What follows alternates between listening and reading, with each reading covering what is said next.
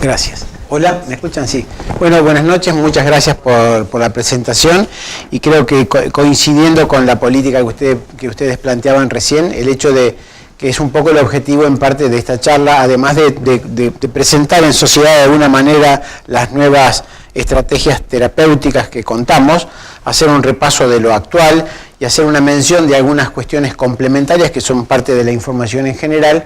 Creo que parte de la clave siempre, lo que coinciden todos los expertos en el tema, que es una especialidad hoy la cefalea, es la importancia de la educación e información al paciente, que es la clave para el éxito terapéutico de cualquier estrategia que haga en cualquier ámbito, ¿no? Entonces yo creo que estar informado, que uno pueda asesorar y aconsejar. De hecho, la consulta en cefalea es más el tiempo de explicación para aclarar dudas y derrumbar mitos, por decirlo de alguna manera. Por lo tanto, el aspecto de la educación e información al paciente es clave para hablar todos el mismo idioma. Así que bueno, quiero agradecerles por otro lado la posibilidad de estar acá, a ustedes que han venido, a Novartis que me ha invitado para que participe. Así que bueno, espero que esto sea productivo para todos en cualquier sentido. Podemos hacer las preguntas al final o me pueden interrumpir, no hay ningún problema, ¿eh?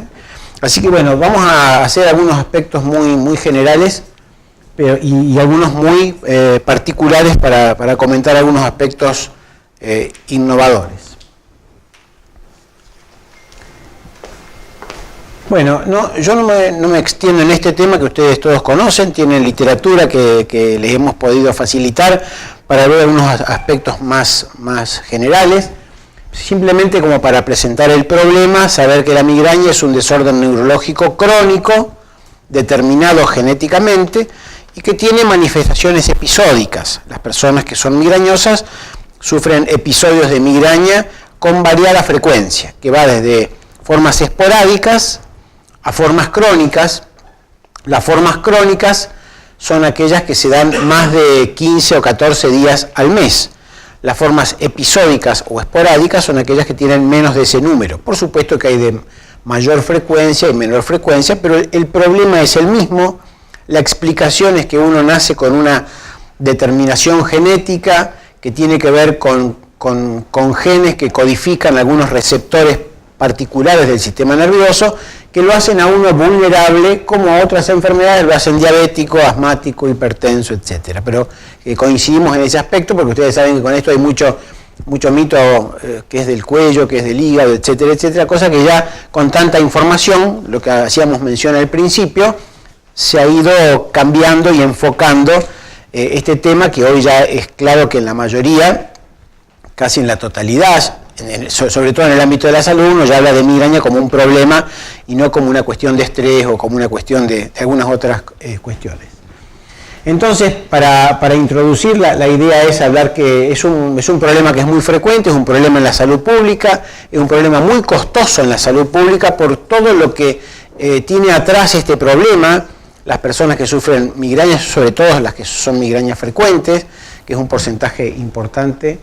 Fíjense que las formas crónicas tienen un impacto epidemiológico, una prevalencia de casi el 5%, y si uno hace cuentas, para Córdoba, que tiene 2 millones de personas, el 5% es un número más que importante, ¿no? Y hablamos de las formas crónicas, o sea, las formas episódicas suman otro porcentaje que en general, englobándolos, están entre 10 a 15%, 10 generalmente en los hombres, 8 a 10, y 15 a 18, hay una encuesta que se ha hecho a principios de este año, en el que marca que la prevalencia llega hasta el 18%, por lo cual hablamos de un problema muy común. Otra de las características que tiene este tema es que los tratamientos son individualizados. Si bien hay patrones o hay esquemas o hay guías para el tratamiento, no hay, ustedes lo saben porque lo han visto o lo han padecido, el mismo paciente con el mismo antimigrañoso hoy responde, mañana no responde este paciente al propanolol y el otro paciente no responde. Entonces esa variabilidad lo hace aún más complejo. Por lo tanto, siempre estamos atrás de una búsqueda efectiva y eficaz que hasta la fecha, hasta hace poco tiempo, ha sido, en general, se han usado y se siguen usando, por supuesto, fármacos que inicialmente eran para otra cosa y se los vio que con la práctica mejoraban las migrañas de algunas personas y bueno, entonces empezaron a traer desde las distintas especialidades o subáreas de la medicina, desde la cardiología el propanolol y el candesartán, desde la psiquiatría la amitriptilina o la duloxetina o la venlafaxina, desde la neurología, desde las epilepsias, el ácido valproico y el topiramato, desde la cirugía plástica, la toxina botulínica. Entonces hoy contamos, y hay otros más, pero digamos para mencionar, afortunadamente, y parte de lo que yo me voy a extender, voy a comentarles, es que hemos tenido la posibilidad, hace unos años ya, unos cuantos años, con el desarrollo de los triptanes, son fármacos que se diseñaron específicamente para un ataque de migraña. Y actualmente contamos con fármacos, anticuerpos monoclonales y otros en desarrollo, que ya los voy a comentar, pero esto hoy ya lo tenemos, los anticuerpos, que son estrategias terapéuticas concretas que se han diseñado para la migraña. Esa es la gran diferencia con todo lo que venimos usando hasta ahora. Por eso es algo novedoso, innovador y es una muy buena noticia tanto para los que tratamos como para los que padecen, ¿no? Un buen tratamiento no es igual que un tratamiento bueno. Esto se refiere a que no todo sirve para todo el mundo, ¿no? Hay gente que puede tomar un fármaco innovador o un viejo analgésico y ser eficaz o no en cualquiera de los casos. Bueno, y las oportunidades en el manejo agudo y en el manejo preventivo son muchas, cosa que por otro lado hace a veces es parte de la complejidad, el abanico de oportunidades o de opciones terapéuticas que tenemos. Yo recién mencioné 4 preventivos que son diferentes químicamente, que actúan en diferentes circuitos y en una persona sí y en otra no, a diferencia de otros fármacos, por ejemplo, antibióticos, que pueden ser más, el tratamiento puede ser un poco más homogéneo. Es un problema, quiero extenderme más en lo específico para que no se haga, para respetar los tiempos, pero es un problema que está subtratado y subdiagnosticado. Cada vez menos ocurre esto, pero con el subtratamiento tiene que ver con muchos, y ustedes conocerán mucho de esto, que los pacientes se automedican por recomendación familiar o de algún otro ámbito, y eso hace que, fíjense que casi el 50% usa medicación sintomática inespecífica para los ataques, solamente el 29% usa medicación prescripta, y 1 cada 8 pacientes que necesitan tratamiento preventivo, y tratamiento preventivo son aquellos que tienen migraña frecuente. Yo voy a comentar algo de esto después. Fíjense que realmente hay un déficit de llegada, de oportunidad de tratamiento para esa gente que sufre dolores 6 a 8 veces al mes y a veces en muchos casos no los conoce o en muchos casos no accede, creo que es la menos de las veces, pero esto tiene que ver con esto de hablamos de la información, ¿no?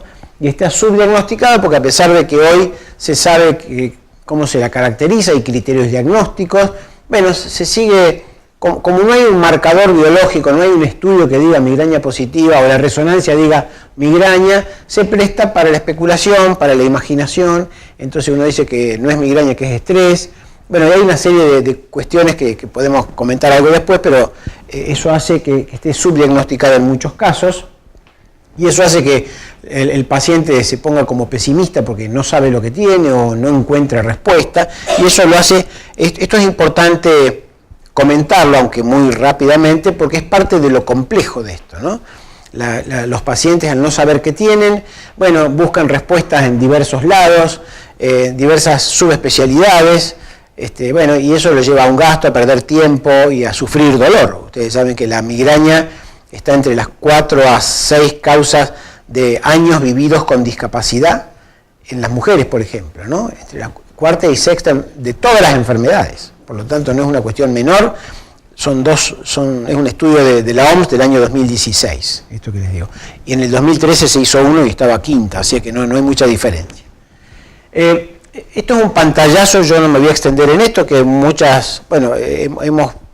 participado juntos en algunos cursos de actualización, en algunas conferencias en algunos casos, y esto es para hacer un resumen que uno podría decir que que luego del diagnóstico uno puede tener dos abordajes. El diagnóstico, el manejo del ataque de migraña, para el cual tenemos medicamentos inespecíficos y algunos específicos. Recién hacía el comentario de los triptanes, que fueron fármacos que se diseñaron para que son agonistas serotoninérgicos, con lo cual pueden abortar o controlar sintomáticamente un episodio agudo, y después, cuando esos dolores se hacen más frecuentes, tenemos un espectro de fármacos para esas migrañas episódicas de alta frecuencia, que se usan para aquellas personas que tienen más de 4 a 6 dolores al mes, lo que comentamos hoy: beta bloqueantes, antiepilépticos, bloqueantes del calcio, antidepresivos o antihipertensivos y otros grupos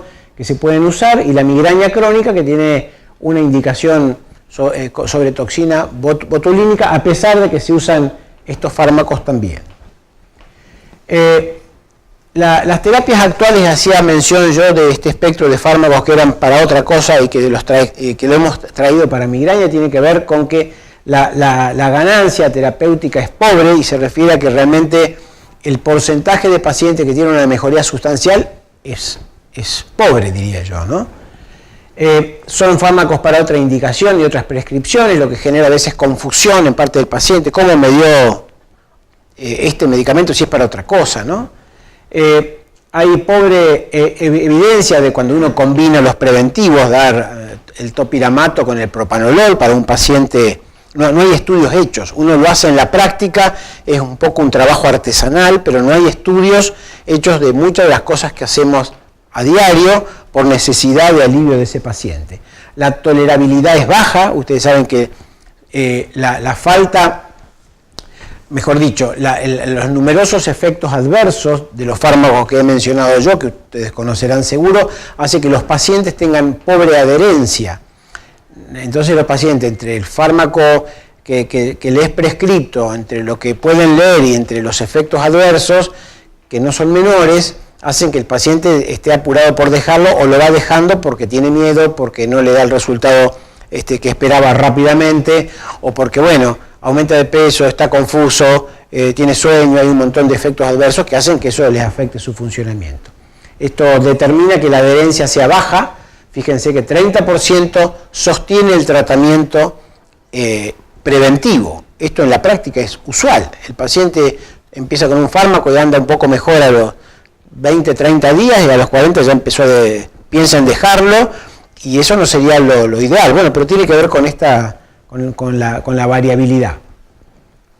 Tienen muchas contraindicaciones formales, sobre todo cardiovasculares, y por otro lado, yo mencioné recién, son los fármacos que hay, pero no hay una guía que dice tal paciente con tales características tiene que tomar propanolol y tal otro tiene que tomar topiramato. Entonces, la indicación es entre artesanal por la experiencia, cosa que, bueno, hoy en día puede ser alguna habilidad o alguna experiencia en algunos profesionales, pero es muy difícil que alguien que no maneja el tema pueda prescribir un fármaco de inicio con resultado, ni el experto ni el no experto, ¿eh? Por eso le digo, al no haber una guía, la indicación es un poco artesanal.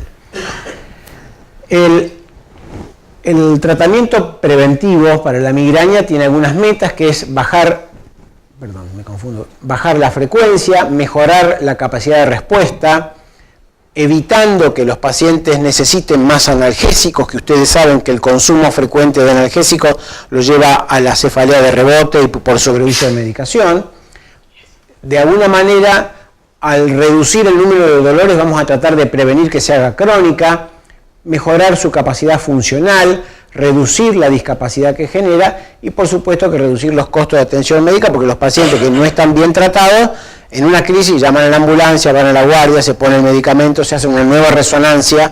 Es un problema muy costoso para la salud pública, ¿no? Y en general uno debería tener en cuenta que los preventivos deberían considerarse para pacientes que sufren, por lo menos, digamos, más de 4 ataques en el mes, ¿no? Por supuesto que si el dolor le dura 3 días, ya son 12 días al mes, ese es un punto. Pero digamos, contando en días, aquellas personas que tienen 4 ataques severos de migraña son potenciales candidatos al tratamiento preventivo, ¿no? Aquellos que tienen dolores frecuentes y toman muchos analgésicos, bueno, o que tienen discapacidad, y el problema, que es el desafío común, que esto tiene que ver con la información que hablamos hoy y la educación, es que el paciente debe saber que hay terapia preventiva, tratar de mejorar la adhesión a estas terapias, bueno, porque los pacientes con frecuencia dejan por efectos adversos, además del costo en muchos casos, o de la accesibilidad, estos tratamientos. Es para mencionar muy rápidamente, no vamos a hablar de esto, pero ustedes fíjense el espectro de fármacos que disponemos como prevención en migraña. Sobre la izquierda de ustedes, las drogas clásicas que hemos venido disponiendo hasta ahora, y los nuevos fármacos a los que yo me voy a referir ahora, que son los anticuerpos contra el CGRP, que ya vamos a hablar un poquito de eso, contra el ligando o contra el receptor. Decíamos que el tratamiento preventivo es una necesidad insatisfecha porque muchos pacientes pueden tener accesibilidad para reducir la frecuencia y la gravedad, pero se utiliza en forma insuficiente. Yo les mostré recién, hay distintos trabajos, uno recibe de los 8 que necesitan, o más de 2/3 no reciben el tratamiento que necesitarían porque tienen migrañas muy frecuentes, tienen pobre adhesión, falta eficacia, y los efectos colaterales son difíciles de sobrellevar en muchos casos. Y tener en cuenta que el tratamiento preventivo apunta, entre otras cosas, a reducir los remedios de rescate, y que hablamos hoy, los antiinflamatorios con todo el riesgo potencial cardiovascular que tienen, la ergotamina con los riesgos que tiene cardiovasculares y de abuso también. Entonces creo que estamos en un punto para considerar, además de las desventajas que pueden tener los fármacos que nos vienen ayudando y nos van a seguir ayudando. No es con esto que uno plantee el cambio, simplemente cuál es la situación real, ¿no? Estos fármacos en muchos casos son hepatotóxicos, tienen una baja vida media, por lo cual hay que tomarlo más de una vez al día, y lo que hace complejo el manejo en estos casos. Las interacciones, hay muchas, tanto en la mujer, en el embarazo, o no en el embarazo, vinculado a lo menstrual, en el paciente con asma, con riesgo cardiovascular o con otras enfermedades, realmente pueden haber muchas interacciones, y que son fármacos inespecíficos, no son para migraña, actúan colateralmente en migraña. Entonces, la idea, y un poco lo que les decía al principio, era las terapias innovadoras, las nuevas oportunidades. Yo generalmente uso mucho el término, como lo he puesto en el título de ese libro, porque creo que son realmente oportunidades que tenemos de hacer cambios, oportunidades para los pacientes de nuevas terapias, o de conocer las que hay, o de complementarlas, que en realidad en el mundo lo que ocurre es que se complementan las nuevas terapias con las terapias anteriores, porque no son malas, son muy auxiliadoras de muchos pacientes. Entonces por eso es importante que tenemos en cuenta esto. Yo me voy a referir ahora a la migraña y el péptido regulador del gen de la calcitonina, lo que vamos a llamar de ahora en adelante el CGRP. Y el CGRP fue descubierto en 1980 por Edvinson, que es un sueco, un investigador que está vivo actualmente y que lo hemos visto en los congresos, gente muy activa que se dedican a la investigación. Bueno, y en realidad es un neuropéptido de 37 aminoácidos, bueno, que actúa en el sistema nervioso central y periférico, tiene vinculación con el sistema trigeminal, es el neuropéptido más abundante en el sistema trigeminal, y se relaciona, como es el sistema trigeminal, se relaciona con el dolor, se libera en las terminaciones nerviosas perivasculares, y entre otros atributos, es un potente dilatador. Si bien la migraña no está producida por la dilatación, sino que por otro fenómeno que se llama inflamación neurógena, que lo hemos comentado acá en alguna de las charlas, y tiene que ver es parte de los mecanismos que participan en la generación de migraña. La liberación de CGRP en ciertas circunstancias en el sistema nervioso hace que el CGRP, cuando se libera al medio, sobre todo en el ámbito del sistema trigeminal, a nivel central y periférico, genera la reacción dolorosa y el cuadro clínico que uno interpreta como una migraña. El paciente que tiene una migraña, si uno le saca sangre en ese momento, tiene mayor cantidad de CGRP. Si uno a una persona sin migraña le inyecta CGRP, le provoca una migraña. Digo esto para simplificar la explicación, porque es a partir de ahí cuando se ve el rol que tiene el CGRP en la producción de la migraña, porque se libera en general endógenamente por alguna circunstancia, quizá determinada genéticamente. ¿Cuál es la vinculación del CGRP y la migraña? Si bien el CGRP es un péptido multifunción, actúa no solo en el cerebro, en el sistema nervioso central y periférico, participa a nivel cardiovascular, a nivel endocrino, gastrointestinal y en el músculo también. Y la liberación del CGRP, como decíamos hace un rato, va a provocar la inflamación neurógena, que es una inflamación que se produce en el sistema nervioso cuando uno tiene una migraña, una inflamación generada neuroquímicamente, electroquímicamente, a raíz de despolarizaciones de neuronas y de liberación de ciertos neuropéptidos, se produce el resultado final, que es el dolor, la fotofobia, la sensación dolorosa, la molestia con el movimiento, la molestia a los ruidos, las ganas de vomitar que tienen los pacientes, ¿no? Y yo les comentaba recién cuál es la relación entre el CGRP y la migraña, que desde que se empezó a investigar esto hace ya muchos años, decíamos, yo recién lo comenté, altos niveles de CGRP en una crisis de migraña. Si le inyectamos CGRP va a producir una crisis de migraña, y que cuando uno, desde el momento que se va investigando, y hablamos de 1980, son muchos años, en el desarrollo de investigación de este neuropéptido, se veía que cuando se bloqueaba el CGRP o se bloqueaba el receptor del CGRP, bueno, la migraña no ocurría, al menos con todas las características ni con toda la frecuencia. Eso es lo que dio origen a la investigación de ver, bueno, ¿cómo podemos hacer para bloquear la producción de esa liberación excepcional de CGRP que se traduce en el sujeto migrañoso como un ataque de migraña, ¿no? Y decíamos recién, para resumir, que durante los ataques de migraña hay niveles elevados. La inyección endovenosa de CGRP da dolores de cabeza como la migraña. Los triptanes, que yo les había dicho recién que actúan básicamente en los receptores serotoninérgicos, también actúan inhibiendo el CGRP, y los antagonistas selectivos del CGRP tratan la migraña en forma efectiva. ¿Qué es lo que se desarrolló en estos años? Hasta hace unos años, y está actualmente en desarrollo, hay un grupo de fármacos que está en investigación actualmente, estos dos, se los llama genéricamente los gepantes. Eso es el término técnico, diríamos, que tenían realmente una muy buena perspectiva clínica, eran muy eficaces para administrarlos por vía oral, para el manejo de una crisis, pero el problema en los ensayos clínicos de investigación mostró que eran muy hepatotóxicos y realmente daban hepatitis muy graves, motivo por el cual se lo discontinuó en su momento y se están buscando alternativas dentro de esa familia.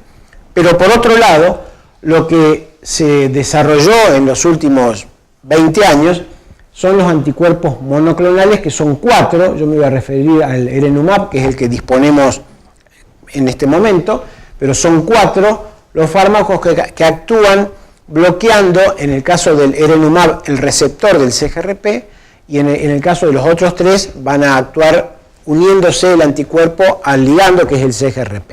Vamos a mostrar. Estos anticuerpos monoclonales contra CGRP tienen algunas características que tenemos que aprovechar y conocer. Son específicos porque son anticuerpos que se desarrollaron específicamente contra un receptor o contra el ligando de un neuropéptido que se libera en la migraña, por lo tanto el tratamiento es específico. Por eso, como hablamos al principio, se desarrolló específicamente para migraña. Por eso uno, cuando presenta esto en cualquier ámbito, se ha presentado en el mundo, lo presentamos el 25 de abril en Argentina, uno habla de que en realidad en el mundo es la primera droga que se hace para tratar migrañas. Antes se usaban otras, pero esta se desarrolló para eso. Lo importante que de los anticuerpos que no interfieren con el sistema inmune, porque a veces con el desconocimiento uno dice, bueno, me va a alterar la inmunidad, la defensa, no tiene nada que ver con eso. Altera la función celular, en este caso el receptor y el ligando, sin involucrar el sistema inmune. La seguridad de que va a actuar contra un objetivo específico, a diferencia del ácido valproico o la amitriptilina, que actúa contra la serotonina, y son una lista de neurotransmisores, son 3 o 4 target que tienen, en principio como más importante.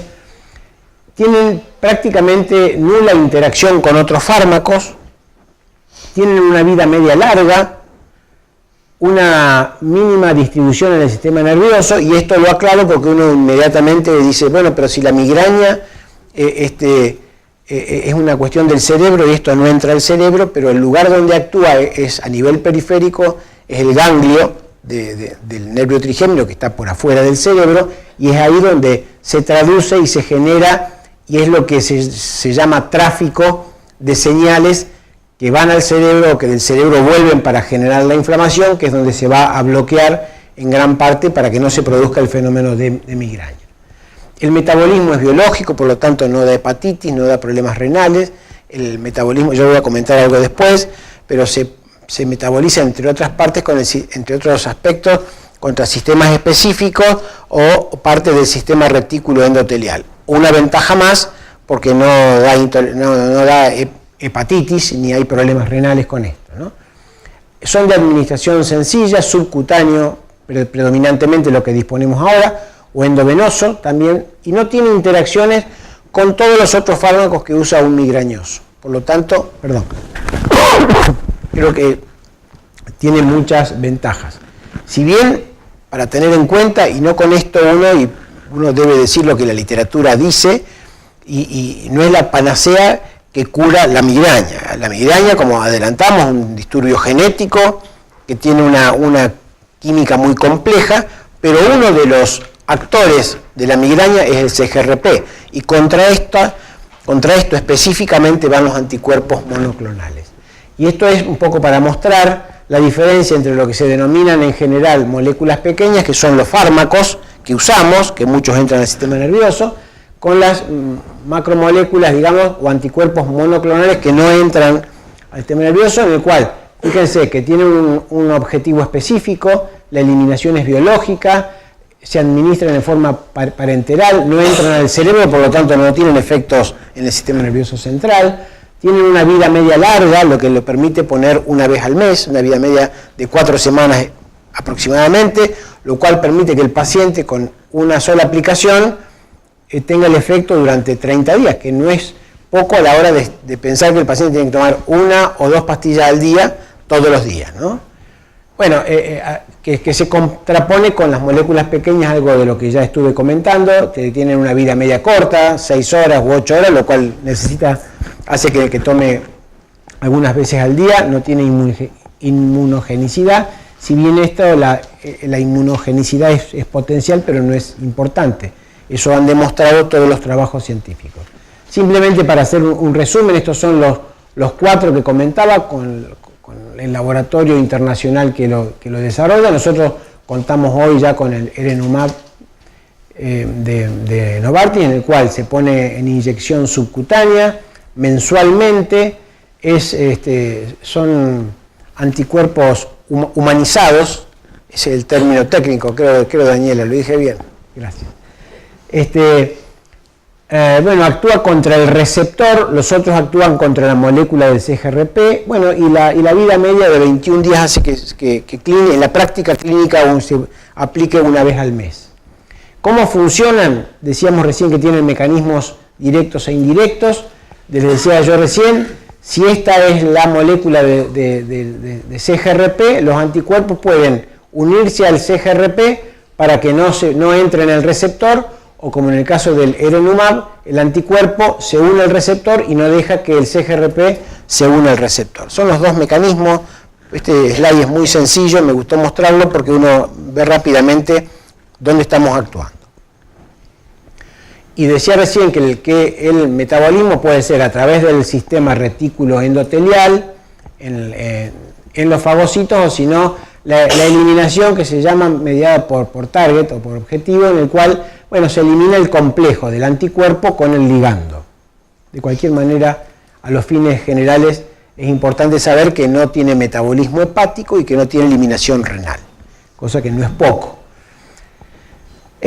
Hoy la recomendación para el grupo de anticuerpos monoclonales es fuerte. En general está recomendado, yo voy a mencionar ahora los organismos que marcan un poco el paso de la prescripción, los que hacen las guías, que son la Federación Europea de Dolor de Cabeza y la Asociación Americana de Dolor de Cabeza, que son las dos entidades que marcan un poco el paso a nivel mundial de cuándo, cómo, dónde y de qué manera usar. Y en este grupo todos tienen una recomendación fuerte, tanto para migraña episódica o eventual o esporádica, como para las formas crónicas que habíamos hablado, que eran esos que tenían más de 14 días al mes. La Federación Europea de Cefalea, hoy la recomendación es que no es un fármaco para usarlo en una persona que empieza con una migraña esporádica. Hoy está claro que por una cuestión estratégica, de costo, de indicación, uno podría considerar o puede o debería considerar este tipo de terapia en pacientes que han fracasado los tratamientos convencionales. Si uno tiene un paciente que le indica a uno el propanolol y anda bien con propanolol, sería, digamos, no sería conveniente sacarle el propanolol e indicarle un anticuerpo, ¿no? Estamos hablando por eso el consenso, la racionalidad en el uso de estos fármacos tiene que ver con, por el costo por un lado y por la complejidad que tiene, si bien son accesibles y prácticos, pero hoy con el desarrollo tan reciente y con la aprobación tan reciente, uno debería tenerlo en cuenta aquellos pacientes que han fracasado a 2 tratamientos preventivos, ¿no? También puede ocurrir que el paciente tenga efectos adversos que no ocurren inusualmente, efectos adversos con la mayoría de los preventivos. El propanolol le baja la presión, la amitriptilina le da sueño, el topiramato lo hace confundir, el ácido valproico le hace aumentar de peso. Entonces, todos esos efectos adversos, que para mencionar los más frecuentes simplemente, hacen que uno pueda considerar los anticuerpos en este caso. Uno puede considerarlo en migraña episódica o en migraña crónica. Uno tiene que tener en cuenta que no son tratamientos para toda la vida, y esto es una cosa que está en discusión hoy, no si es para toda la vida o no, pero cuánto es el tiempo que uno debería indicarlo. Y en general, si no hay una norma estricta, a semejanza de los preventivos convencionales, uno no da ni propanolol, ni preventivo, ni topiramato, ni amitriptilina toda la vida. Es un tiempo, cuando el paciente mejora, uno puede considerar discontinuarlo. El tiempo son 6 meses al menos, como para hacer que la mejoría clínica sea sostenida. Hoy hay estudios, yo voy a comentar algo luego, hay estudios de seguimiento, que la mejoría se sostiene en el tiempo con tratamiento, y muchos pacientes que lo discontinúan. Decíamos recién que las indicaciones o las sugerencias para iniciar el tratamiento con anticuerpos monoclonales, decíamos que tiene que tener migraña, incapacidad para tolerar o no haber respondido a 2 tratamientos preventivos de los comunes que mencionamos hace un rato, tener discapacidad. Eso es una consideración importante, porque la migraña es un problema, ya lo comenté, que discapacita, no mata a la persona, hablando así en términos muy rústicos. Nadie se muere por ser migrañoso, pero se puede tener complicaciones por el sobreuso de analgésicos, por el sobreuso de ergotamina, por la mala calidad de vida, por la comorbilidad psiquiátrica que en formas crónicas y más complejas puede ocurrir. Entonces uno tiene que tener en cuenta globalmente esta discapacidad. Puede darse en migraña con aura o sin aura, la incapacidad para tolerar los fármacos que hemos mencionado recién, o en la migraña crónica que también haya tenido falta de respuesta a los tratamientos convencionales. Decíamos hace un rato que para continuar el uso de los anticuerpos monoclonales, uno espera, en general, digamos, cuando hablamos de migraña o de dolor en general, uno dice que tiene un resultado exitoso cuando el paciente mejora por lo menos el 50%, ¿no? En dolor, ese, si bien parece poco, pero es mucho para el que lo sufre, el 50% hay que tenerlo en cuenta. Y para eso muchas veces, yo no quise hacerlo tan extenso, podemos buscar todos en internet hoy, hay dos escalas que tienen que ver con calidad de vida y perfil funcional, el MIDAS y el HIT6, que son escalas que nos van a marcar con puntajes y preguntas concretas cuánta dificultad o limitación funcional o cuánto impacta la migraña en esa persona. Lo podemos ver tranquilo en internet, esto es de libre acceso, así que tenemos todo. Y hoy se usa tanto para evaluar y para seguir un paciente y para ver cuál es porque el paciente puede decirle, bueno, tengo dolor de 0 a 10, 7, pero cuando uno hace estas escalas de impacto funcional, muchas veces son mucho más que el solo 7 que puede expresar la intensidad de dolor. Bueno, en particular el erenumab habíamos dicho que es un anticuerpo monoclonal que se une al receptor, en este caso está representado acá el receptor, lo veíamos recién con otro esquema quizá un poco más sencillo.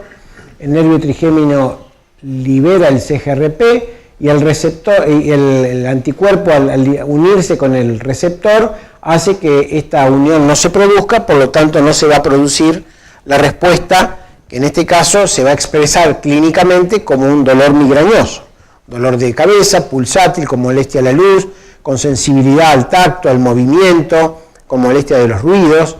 Entonces todo eso que constituye un dolor migrañoso es lo que se va a producir y lo que vamos a poder intervenir para que no se produzca con este tipo de fármaco. Viene comercialmente de la ampolla de 70 miligramos de erenumab y hay trabajos con 70 y con 140. Cuando son 140 se ponen dos ampollas simultáneamente al mismo sujeto. Uno generalmente, si bien hay indicaciones, al ser un fármaco nuevo está en desarrollo, pero lo que está estipulado es que uno puede usar 70 o 140, que va a depender de la complejidad del dolor, de la persistencia del dolor. Hará una evaluación global del dolor y de la migraña y del impacto en ese sujeto para usar 70 o 140 miligramos. El tratamiento, ya voy a comentar algo más luego, pero para adelantarme un poco, el fármaco es de rápida acción. Normalmente uno puede tener una respuesta dentro de la primera semana, a diferencia de los fármacos convencionales que venimos usando y que vamos a seguir usando, insisto, que a veces hay que esperar 15 o 20 días como para notar o para lograr un efecto terapéutico que sea razonable, porque tenemos que titular muchas veces, empezar con una dosis baja, ir subiendo y eso ya nos lleva varios días. Esto en cambio tiene la ventaja que el inicio de acción es rápido. Lo que vamos a ver todo lo que estamos viendo, en general, esta es una jeringa prellenada que es para autoinyección. Ustedes ya han visto, y hay algunos fármacos que vienen de esta modalidad de autoaplicación, lo que le da cierta libertad al paciente para que continúe su tratamiento y no tenga que ir muchas veces al médico para que le ponga la inyección. Normalmente el paciente, digamos, la primera inyección en general se aplica en el ámbito de la salud, en un ámbito institucional, en un consultorio con un profesional, pero le da esta ventaja y esta libertad que es parte de lo estratégico para que el paciente se sienta libre del problema, no tener que ir mensualmente al médico, que ya es un trastorno y un costo, ¿no? Y el erenumab es efectivo en todo el espectro de las migrañas, decíamos recién, estos son los nombres de los estudios que se han hecho y que han puesto en evidencia la mejoría sintomática clínica de la migraña episódica y de la migraña crónica, y ya voy a comentar algunas otras formas de migrañas que consulten y que son más complejas, como la migraña con sobreuso de analgésicos, que es todo un problema, también ha mostrado eficacia acá, y ya voy a comentar el resto ahora. En la migraña episódica mostró eficacia y sostenida en el tratamiento. Fíjense, esto es placebo y esto son 70 y 140 miligramos, con lo cual persiste, fíjense, en el transcurso de los meses, la mejoría persiste en estos pacientes. Por otro lado, estos estudios tenían no solo ver si dolía más o menos, yo voy a resumir al final un poco para que sea más fácil de interpretar. Había varios parámetros de discapacidad, de sensación de salud, porque la gente tiene una autopercepción de que si está bien o mal. Hoy hablaba con una señora que me decía, la pieza de mi hijo está arriba, y yo estaba con el dolor diario y con analgésicos diarios y que no podía subir la escalera porque no la podía subir, porque se sentía floja, porque la cabeza le hacía así, y de repente estaba mejor con un tratamiento convencional, y dejó de estar en ese estado migrañoso, y ahora sube, me dijo hace un rato, subo corriendo la escalera a hacer lo que tenga que hacer en la habitación del hijo, y ese rol funcional a veces no se transmite lo suficiente como para entender la problemática de eso, ¿no? Y decíamos que dentro de esos parámetros que se evalúan, además de la intensidad del dolor, hablamos hace un rato, el uso de medicamentos de rescate, el consumo de analgésicos, porque el paciente se siente mejor, tiene menos días de dolor, o los dolores son menos intensos según el caso, y uno va a necesitar menos analgésicos de rescate, con toda la potencial toxicidad que eso implica, ¿no? Bueno, hablamos también que dentro de las propiedades o de las ventajas que tenemos con estas terapias nuevas son la rapidez de acción, y decía yo recién que la acción puede ser tan temprana como a la semana, que es lo que interesa en definitiva. Dentro de la semana los pacientes pueden, o en pocos días, en muchos casos, 3 a 5 días, pueden empezar a notar un efecto, que la migraña cambia, que no se expresa tan intensamente o que responde mejor a los analgésicos comunes. Estas mejoras son sostenidas, fíjense, a través del tiempo, porque ustedes saben que en muchos de los casos de los fármacos convencionales, un fenómeno que se llama taquifilaxia hace que los pacientes, es casi en general, que dicen, no, yo al principio tomaba propanolol o cualquiera, y el primer mes bárbaro, el segundo mes ya me empezó a molestar, y ya el tercero como que no me funcionaba. Eso es una cuestión clínica cotidiana, y de hecho el paciente va cuando no le funciona mal preventivo, y es muy común que ocurra esto. Y otra de las ventajas, fíjense que a través del tiempo la mejoría persiste con el tratamiento. Eso es para migraña episódica, o sea, todo lo que mostré recién, que es muy parecido para las formas crónicas. Dentro de las propiedades yo algo he comentado, simplemente para agregar algunos aspectos. Bueno, decía recién que el pico de la concentración se logra rápidamente, con una muy buena biodisponibilidad. Bueno, un volumen de distribución que no viene al caso, pero fíjense que la vida media efectiva del tratamiento o del fármaco o del anticuerpo son de 28 días, con lo cual nos permite que ese paciente durante todo ese tiempo, bueno, tenga menor dolor, tenga menor ataque, necesite menos analgésico y no tenga que estar tomando fármacos todo el día, todos los días. Y decía recién que en todos los estudios clínicos que tienen estos nombres, como Liberty, Arise, Stripe, en todos ha mostrado beneficios y según los diferentes objetivos que eran objeto de estudio y de ver si se lograban los resultados.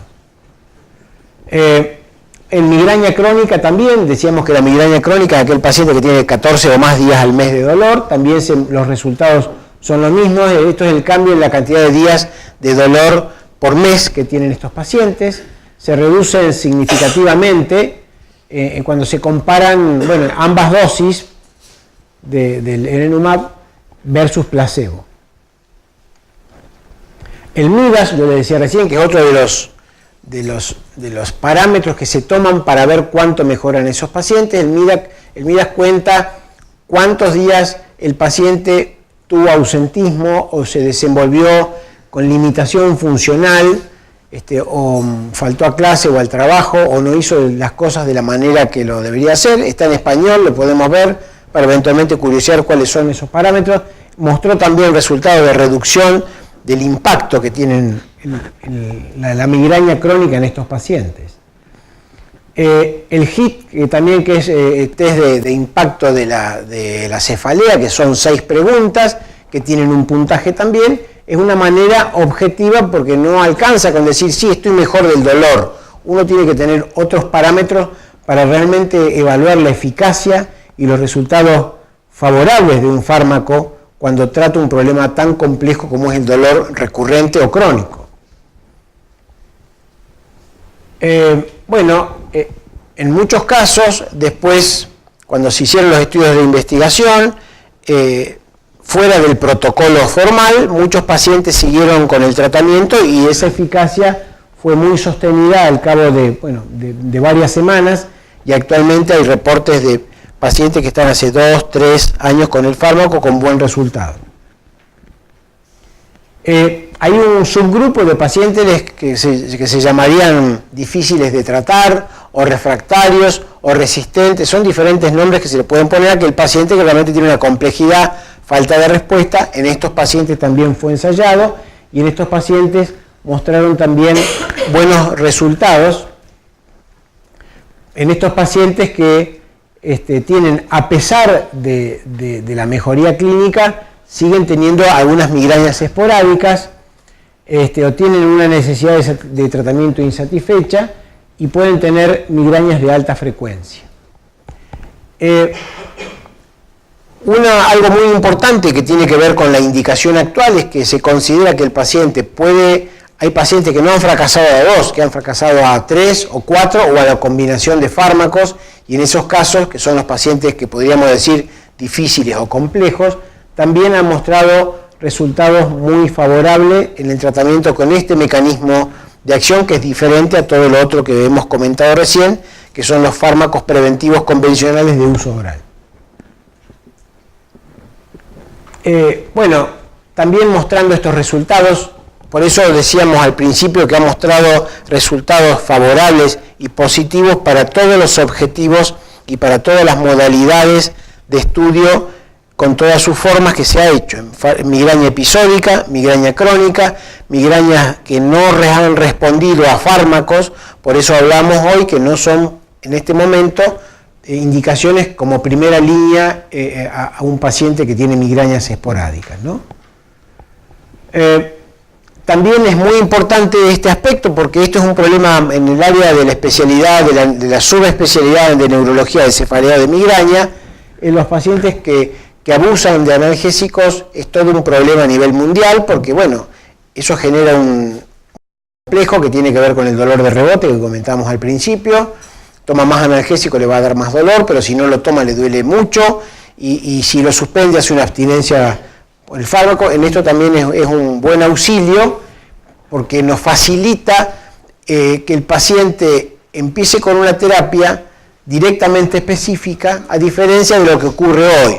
Hoy, si viene a la consulta o alguien que está tomando analgésicos diariamente, ergotamina diariamente o triptanes diariamente, que es lo mismo para cualquiera, o paracetamol diariamente, ese paciente tiene criterios de sobreuso de analgésicos. Ese paciente hoy, la estrategia es, en general, hay varias estrategias, pero una de ellas es manejarlo con algún fármaco que reemplace, normalmente no otro analgésico. Se usan corticoides en algunos países, se usan neurolépticos en otros lugares. Nosotros en nuestro ámbito usamos generalmente neurolépticos y vamos dándole el neuroléptico, que tiene muchos efectos adversos, para que el paciente pueda ir bajando los analgésicos, cosa que en este caso no ha sido así. Iniciar el tratamiento directamente preventivo le permite ir mejorando al paciente, a pesar de que sea un paciente que en ese momento viene abusando de analgésicos. Esto se refiere a migraña con sobreuso de analgésicos, ¿no? En el cual también en estos pacientes que se le empieza el tratamiento, la mejoría se produce y persiste en el tiempo y nos facilita mucho el manejo. Por otro lado, decíamos también que una de las ventajas que tiene este tipo de nuevas terapias es que logran que el paciente tenga adherencia. Si hablamos de que usted va a tener que tomar una pastilla 2 veces al día, sin incluir, pero incluyendo los efectos adversos, durante 6 meses el paciente tiene una percepción de su estado de salud diferente a que si puede aplicarse algo subcutáneo, se lo autoaplica, o sea, se lo hace aplicar, pero eso es lo que hoy es muy importante en muchas patologías, en la cardiovascular también es muy importante el tema de la adherencia. La adherencia es fundamental para el éxito en el tratamiento. Si un paciente anda bien con propanolol y lo deja porque se siente flojo, bueno, al tener poca adherencia, la consecuencia es que su problema no se resuelva o no se trate adecuadamente.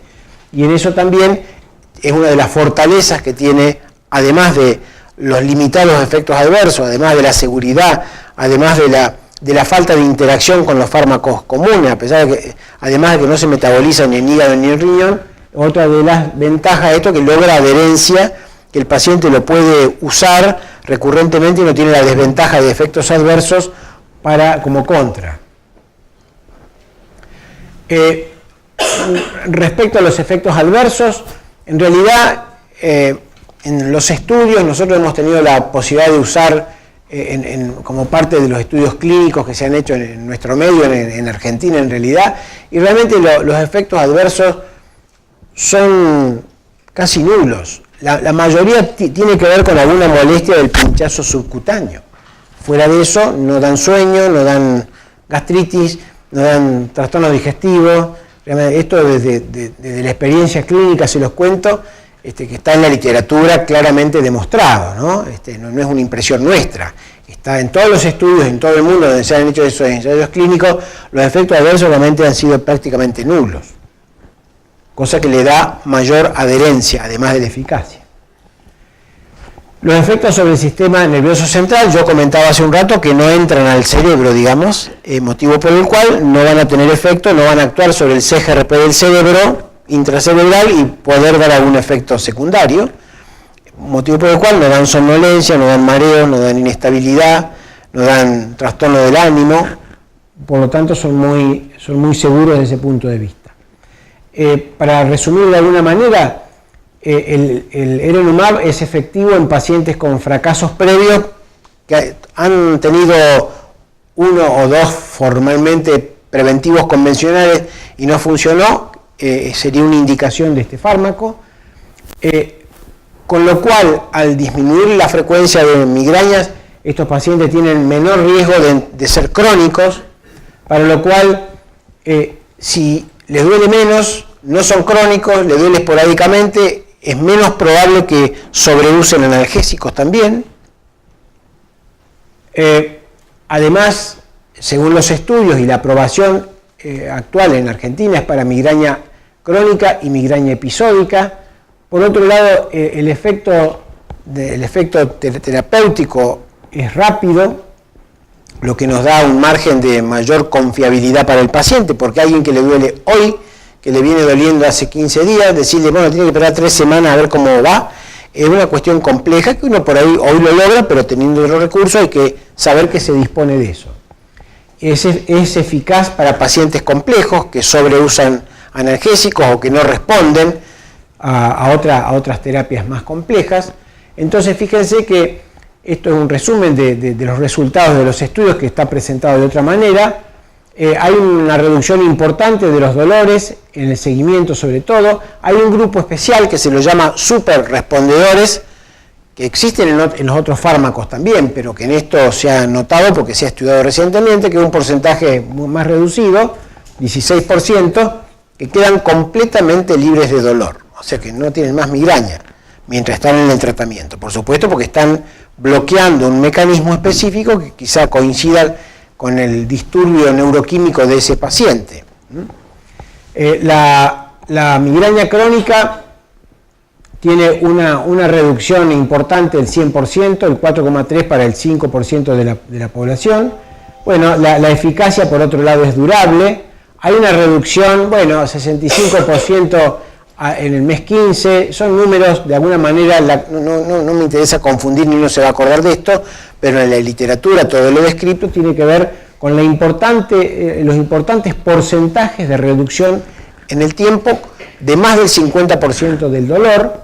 Por otro lado, decíamos recién, la acción antimigrañosa es rápida, por lo tanto es una cuestión importante, y esto era lo que yo le anticipaba hace un ratito, que de estos estudios, fíjense cuántos objetivos tienen que ver con el éxito del fármaco, que tiene que ver con limitar la discapacidad, si bien son costosos, pero reducen mucho del costo que no se tiene en cuenta, porque nosotros hicimos un estudio de costos de migraña crónica hace 2 años o 3, acá en Córdoba, y realmente cuando uno empieza a sumar lo que dejó de hacer, el taxi que se tomó, el tiempo que estuvo en la guardia, el día que faltó al trabajo, lo que gastó en remis de los chicos que faltan a la escuela, o que uno falta, bueno, realmente el costo es, cuando va a la guardia, le piden una resonancia nueva, le ponen un suero, se queda un día, todo realmente cuestiones que pasan a diario y que están pasando, eso genera un costo muy importante, entonces uno puede evaluar, quizá el tiempo haga que los costos sean diferentes, hoy un poco más costoso, porque como todo fármaco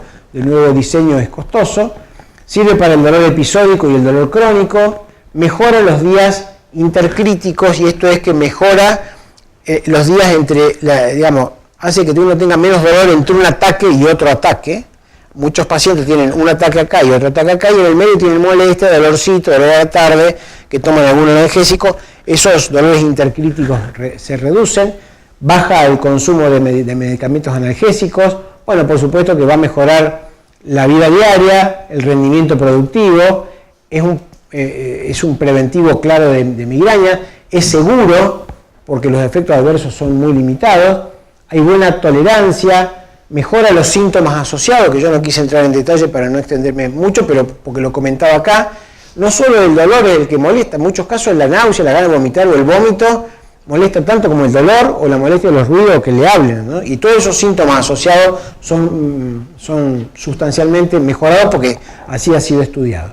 No tiene efecto cardiovascular, no tiene efecto inmunológico, y el potencial, si bien existe y un porcentaje puede tenerlo, de que el sujeto desarrolla anticuerpos contra el anticuerpo, es realmente, no ha sido un problema, como con otras terapias a veces inmunológicas. En este caso, por lo tanto, no es algo que uno tenga que chequear si el paciente ha hecho anticuerpos o no en la práctica clínica por la información que se tiene hasta el momento. Gracias por su atención, pero en realidad lo que quería comentar para salir de las cosas complejas era algunas estrategias complementarias, porque si bien yo era parte de lo que había propuesto para comentar muy rápidamente por la hora, podemos comentar lo que quieran si hay algunas preguntas, pero yo voy a hacer estamos haciendo con el grupo del hospital una revisión de todo lo que es complementario o suplemento que tiene evidencia médica con publicaciones que pueden generar beneficio en las migrañas. Porque es una cosa tan variada y tan original y tan poco conocido en muchos aspectos, que por eso me gustaba hacer una mención de todas las cosas que se disponen desde lo farmacológico y desde los suplementos que tienen evidencia que mejoran las migrañas. Si bien venimos de hablar de una terapia específica y selectiva con eficacia, seguridad, que está al alcance, pero bueno, estas son cosas que en el mundo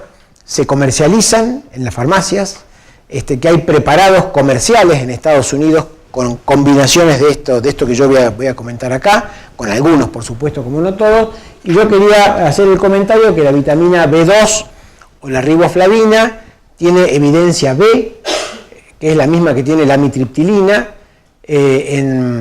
como tratamiento preventivo de las migrañas. En Estados Unidos hay preparados comerciales con riboflavina, que son de venta libre, que uno puede usarlos. Nosotros hacemos preparar esto en el hospital de clínicas, unos comprimidos que muchas veces se los suplementamos a los pacientes. Hago el comentario porque puede surgir muchas posibilidades, y yo lo hago preparar en el hospital porque soy parte del hospital, de la universidad, y en este momento muchos pacientes del hospital que se comercializan ahí, pero la idea sería que esto esté en el alcance de más gente, porque es una cuestión que muchos de ustedes seguramente lo pueden elaborar en dosis de 200 miligramos. Es una terapia para tenerla en cuenta, recomendada por la Sociedad Americana de Cefalea como terapia eficaz y eficiente. No es tan eficiente a lo mejor o tan contundente desde lo rápido como un fármaco, pero se usa en prevención, ¿no? Para que lo tengamos en cuenta, el citrato de magnesio, dosis de 400 miligramos, tiene la misma evidencia. Hace unos años había un laboratorio argentino que decidió combinar 400 miligramos de citrato de magnesio y 200 miligramos de riboflavina. Había un producto que se llamaba comercialmente Göteborg, que se comercializaba porque realmente tiene evidencia. Después se discontinuó el laboratorio, no sé qué pasó. Fue no una de las tantas buenas épocas que hemos tenido, entonces el laboratorio tuvo que discontinuar esta producción. La coenzima Q tiene evidencia publicada y está dentro de las guías, que sirve como preventivo de migrañas, inclusive en los chicos.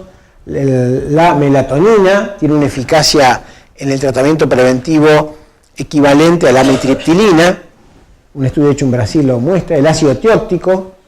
Bueno, esto es, yo puse el nombre científico de esta planta, que la pueden buscar, pero el nombre comercial del frasquito y la cajita que se vende en Estados Unidos es Petadolex, en el cual uno puede ir a una farmacia, comprar los extractos de esta raíz, de esta planta, y se usa en el tratamiento preventivo, inclusive en niños se usa, ¿no?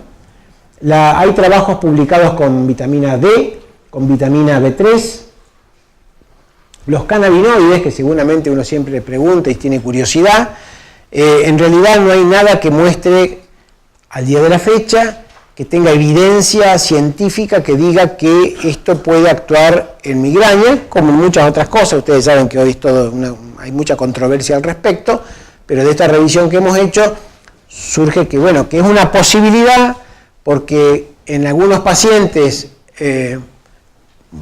pocos cannabinoides, digamos, una dosis baja le puede aliviar el dolor, pero una dosis alta da dolor de cabeza. Entonces, es una cosa que está en estudio, está en revisión, y hoy no es una indicación en migraña, al menos. Sí, a veces los pacientes se pueden beneficiar por otros efectos más sobre la somnolencia, sobre el ánimo, indirectamente que directamente.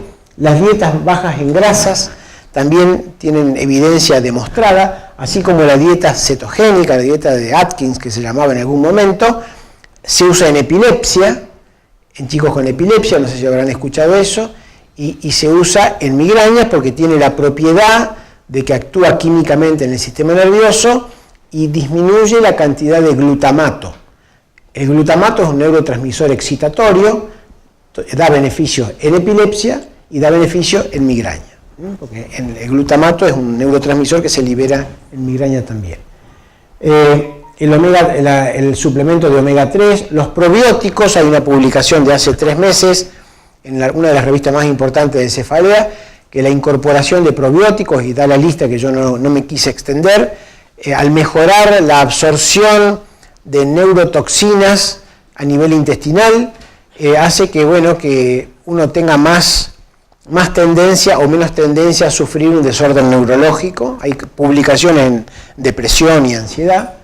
El ácido linoleico, el ginkgo biloba, el jengibre y las combinaciones, como comentaba yo. Hay productos comerciales, hay uno que se llama Migralive, que se vende comercialmente en las farmacias. En los congresos hay un puestito, como está Novartis, están estos laboratorios que hacen estos suplementos y que son de consumo, son de venta libre en general y son complementarios, ¿sí? La idea era mostrarles la amplitud de opciones que tenemos. Muchas de estas son del alcance cotidiano, mucha gente no le gusta tomar fármaco y quiere suplementos, y esto creo que podemos elaborarlo, al menos los que se usan en el mundo, que es el magnesio y la riboflavina, que son dos cosas que están al alcance de todos, y otros fármacos que ya son un poco más inusuales o más difíciles para elaborar. Así que bueno, con eso de alguna manera quería, no sé si habré sido claro, espero haberlo sido, de estas nuevas estrategias. Creo que los que estamos en este tema estamos con mucho entusiasmo, los colegas del resto del país que nos dedicamos a esto, porque realmente se abre una alternativa, mencionado, no voy a repetir, con muchas ventajas, para, bueno, que es una buena oportunidad para darle la posibilidad a estos pacientes que tienen un deterioro de su calidad de vida y de su funcionamiento, además del dolor, bueno, de brindarle otra alternativa. Así que bueno, gracias por la atención y quedo a disposición si quieren hacer alguna pregunta o comentario. Gracias. Muchas gracias.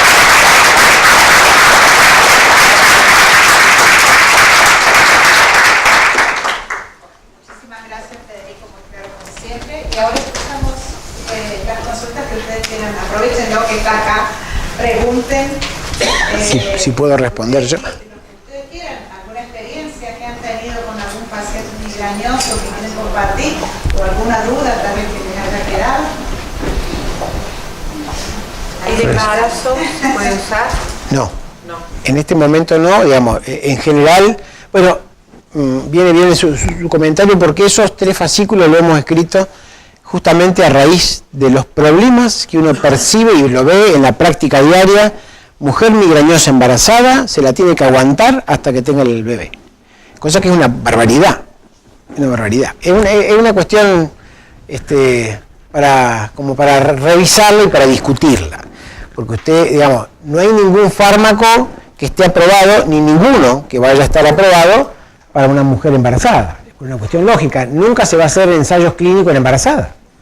Entonces, como la literatura dice, no hay evidencia, parece que, bueno, que la mujer embarazada tiene que aguantar sus migrañas, cosa que no está bien, porque el dolor crónico recurrente no es inocuo. La mujer embarazada que sufre muchas migrañas en su embarazo tiene riesgo de rotura de placenta previa, hemorragia, abortos, chicos con bajo peso, por muchos, digamos, por los mecanismos propios del estrés y por los fármacos que a escondidas toma. Porque no es fácil aguantar el dolor y menos en ese estado. Entonces, la idea de hacer en parte esto es porque cuando uno revisa la literatura hay un montón de cosas que se pueden usar. Los triptanes se pueden usar. El naratriptán o el sumatriptán, que son fármacos para el manejo agudo de la crisis, está aprobado. No está aprobado, pero toda la evidencia y toda la literatura científica habla de que se puede usar sin riesgo. Que hasta ahí es donde se va a decir. Uno está acostumbrado a escuchar que le dicen a la embarazada tome paracetamol. El paracetamol se asocia con trastornos de la atención de los chicos y con problemas bronquiales. Entonces, esto no es para que nos hagamos un monstruo, sino que para tener las cosas claras y poder darle una oportunidad que el doliente, más de una mujer embarazada, para que no esté con ese estrés del dolor. Entonces hay que tener en cuenta que hay oportunidades, por eso una de las razones por las que afortunadamente con el apoyo de Novartis podemos hacerlo para que uno sepa y no estemos con el mito de que el embarazado no puede tomar nada, cosa que no es así. Entonces ese es el punto. Y como droga nueva, realmente en el embarazo no hay estudios y no sé si habrá habido, no he escuchado, no sé si Daniela tenés algún... Porque a veces pasa que una de las personas que estaba en estos ensayos clínicos, pero la condición es que no quede embarazada, o sea que no sería una cosa así muy excepcional y un caso aislado. Quizá el tiempo nos marque, bueno, a ver si esto, cómo puede ser, pero hoy en principio no estaría indicado si la mujer planea un embarazo por lo inmediato.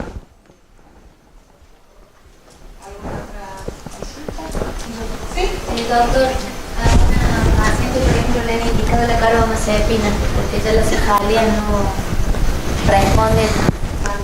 Usted habrá visto que ahí no estaba escrita la carbamazepina, porque la carbamazepina no es un fármaco para migraña, en general. Bueno, puede haber, no sé, habrá que ver el caso, digamos, por eso le digo, a veces pasa que el médico elige alguna otra alternativa, porque usted ve que tenemos listas de cosas.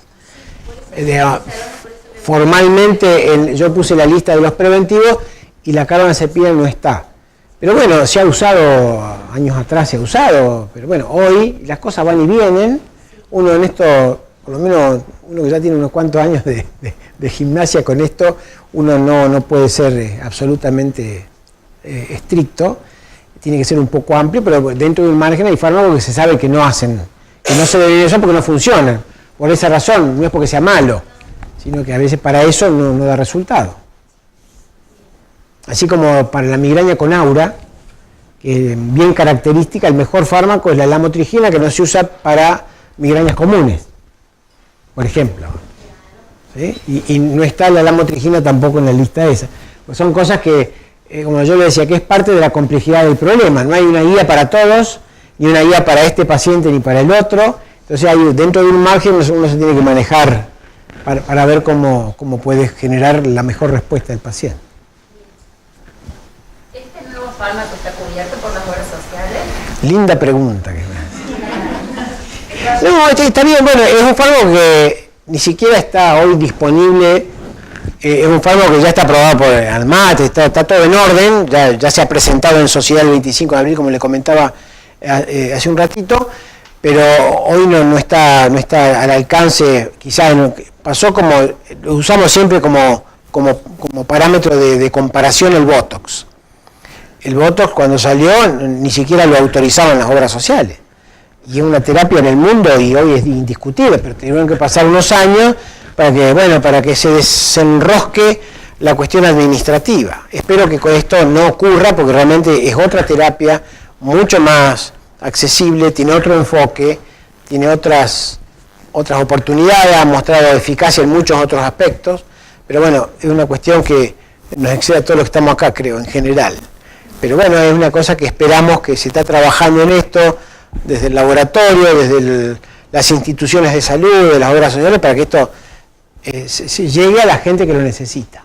Por eso, como comentaba antes, no es para, si alguien tiene migraña, bueno, uso Aimovig. No es así. Uno debería elegir el paciente, en este momento uno elige el paciente porque es justamente, creo que parte de la accesibilidad es lo que hace complejo el tema hoy. Quizá cuando sea muy accesible se va a usar con mucha más libertad o a lo mejor facilidad. Pero hoy estamos en un momento crítico, por varias razones. No sé si vos querés comentar algo. Están haciendo acuerdos con las obras sociales y las prepagas, pero por ahora no. Porque es un problema, y hoy ustedes habrán visto que hay mucho en discusión el tema de las nuevas terapias. Yo estuve en la universidad, en un foro de discusión sobre fármacos que valen $1 millón el tratamiento, para patologías muy puntuales. Esta patología, 15% de la población. Explota el sistema de salud. Entonces, creo que se va a ir acomodando, se va a ir racionalizando, para que pueda estar, porque si a la gente no le llega, no le conviene al médico, ni al paciente, ni al laboratorio, ni a nadie. Creo que será un momento que harán acuerdos como para que esto llegue a la gente, que es la que en definitiva lo necesita y para la que en definitiva fue hecho. ¿Alguna otra consulta? Bueno, agradecerte nuevamente. No, gracias a ustedes por la atención. Este año con varias actualizaciones en farmacología, con distintas patologías, con la misma modalidad que a lo mejor muchos ya lo están cursando, que es con un apoyo a través del aula virtual, donde ustedes continúan trabajando con casos clínicos y hay una evaluación que hoy cierra la evaluación de esclerosis múltiple. Es muy positivo este trabajo coordinado a través de una conferencia donde ustedes lo tienen al speaker o al doctor y después continúan con la asistencia en el aula virtual, así que lo vamos a seguir teniendo. Puntualmente para esta conferencia, muchísimas gracias. Especialmente gracias al laboratorio Novartis, que es quien nos ha acercado todo este material que hoy van a contar en el mostrador de la farmacia para su asistencia. Y gracias también por el lunch que vamos a tener ahora mismo. Así que bueno, los invitamos a seguir participando de estas charlas y estas conferencias. Muchas gracias a ustedes por la invitación. Muchas gracias. Hasta luego. Gracias.